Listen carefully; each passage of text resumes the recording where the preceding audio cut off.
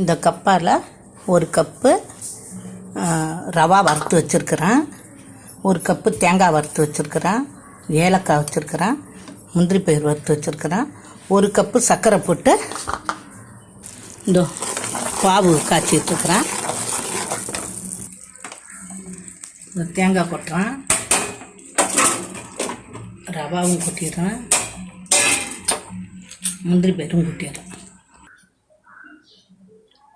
அடுப்பில் வச்சு காய்ச்சி ஊற்றியாச்சு. இந்த கேக்கு ரெடி ஆகிட்டு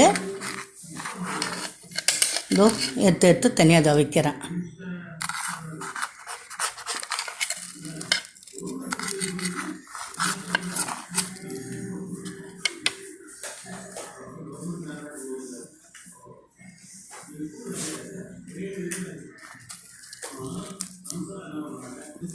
தேங்காய் ரவா கேக்கு ரெடி ஆகிட்டு.